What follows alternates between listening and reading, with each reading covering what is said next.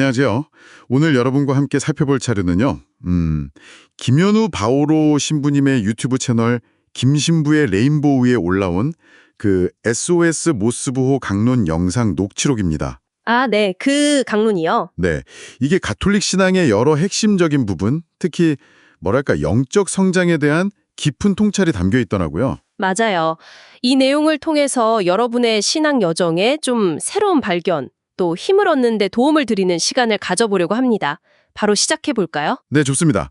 이 강론은 그냥 교리 설명만 하는 게 아니라 신앙생활하면서 겪는 실제 고민들 있잖아요. 네네. 그런 거나 성장에 대한 아주 실질적인 조언을 담고 있더라고요. 특히 그 성경 속 상징들을 현재 우리 삶에 비춰서 해석하는 방식이 꽤 흥미로웠습니다. 맞아요.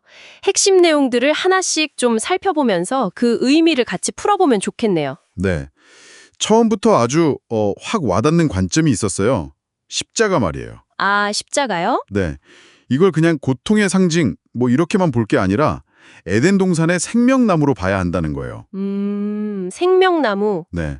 생명이 막 주렁주렁 열리는 나무, 그리고 그 열매가 바로 예수 그리스도, 그러니까 우리가 모시는 성체다.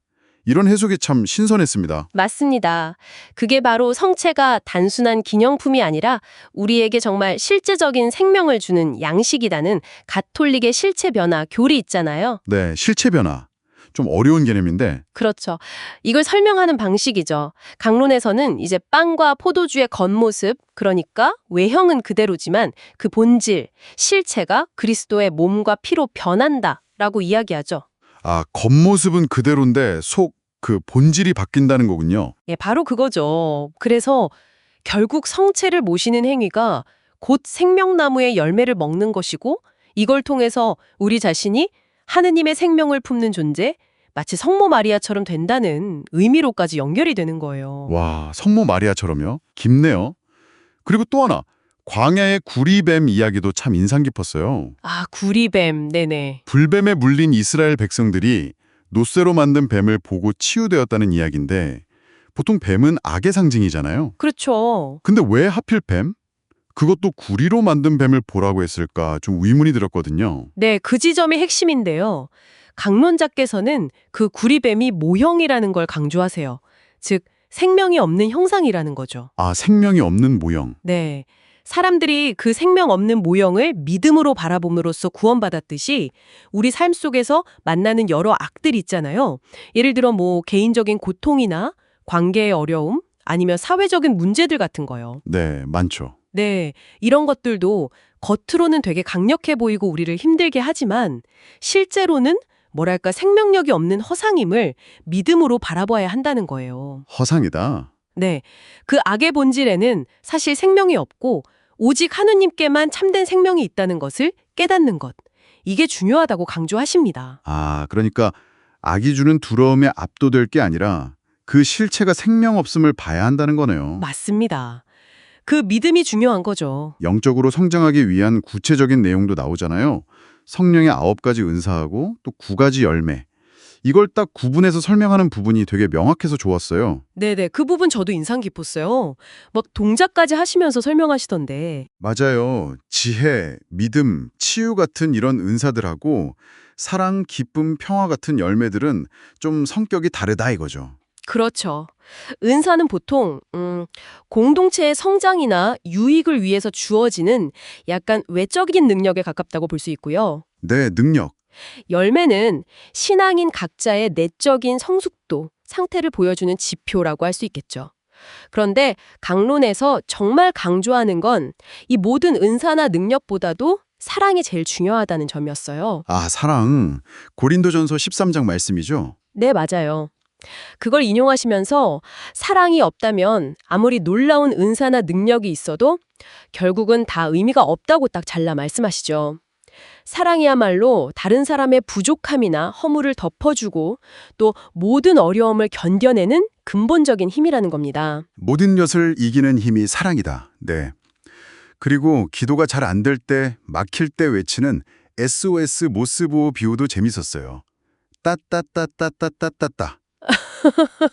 아, 네, 그거요? 네, 주님 살려주십시오 하는 그런 절박한 마음의 표현이겠죠. 그렇죠. 또 남을 이렇게 판단하거나 평가하기 전에 계속 자기 자신을 돌아보고 회개하는 거, 그리고 내가 지금 어떤 열매를 맺고 있는지를 성찰하는 게 중요하다, 이렇게도 말씀하셨고요. 네, 특히 그 오지랖 피우지 말라는 표현을 쓰셨잖아요. 네, 좀 직설적이셨죠. 네, 다른 사람, 심지어 가족의 구원 문제에 너무 과도하게 막 집착하거나 관여하기보다는 먼저 자기 자신의 회개와 성장에 집중해야 한다. 이걸 권고하시는 거죠. 아, 그게 먼저다. 내 문제부터. 그렇죠. 내 회개와 성숙이 우선이라는 거예요. 그리고 더 나아가서 완전한 구원을 위해서는 우리가 고해성사를 통해서 죄를 용서받는 것뿐만 아니라 그 죄에 따른 벌 있잖아요. 네, 벌. 이것까지 전대사 같은 걸 통해서 사함을 받는 과정이 필요하다는 점도 덧붙이면서 영적 여정의 어떤 깊이를 더해 주셨어요. 아, 그렇군요. 죄뿐만 아니라 벌까지 사함 받아야 하는군요. 네, 온전한 상태로 하늘나라에 가기 위해서요. 오늘 이렇게 쭉 살펴본 내용들이 우리가 좀 익숙하게 생각했던 신앙의 개념들을 상당히 새로운 시각으로 보게 해주는 것 같아요. 맞아요. 특히 십자가를 생명나무로, 성체를 그 열매로 연결하는 관점이나 또 우리를 괴롭히는 그 악의 본질이 사실은 생명 없음에 있다는 통찰. 이건 좀 계속 곱씹어 볼 만한 내용인 것 같습니다. 네, 정말 그렇죠. 그리고 마지막으로 저는 이 부분이 또 중요하다고 생각하는데요. 우리가 성체를 모심으로써 단순히 그 은혜를 받는 데 그치는 게 아니라 우리 자신이 살아있는 개약의 궤가 되고 또 제2의 성모 마리아가 된다는 점을 기억해야 한다는 거예요. 와, 우리가 살아있는 개약의 궤? 성모 마리아가 된다고요? 네. 여러분 한 분 한 분이 하느님의 생명을 품고 또 세상에 전하는 그런 소중한 존재라는 자각, 이것이야말로 오늘 이 탐구를 통해서 여러분이 가져가실 수 있는 가장 중요한 메시지가 아닐까 싶습니다. 정말 엄청난 정체성이네요. 그렇죠. 그렇다면 이 살아있는 성전으로서의 여러분의 정체성을 일상 속에서 어떻게 구체적으로 드러내면서 살아갈 수 있을지 한 번쯤 진지하게 생각해 보시는 것은 어떨까요?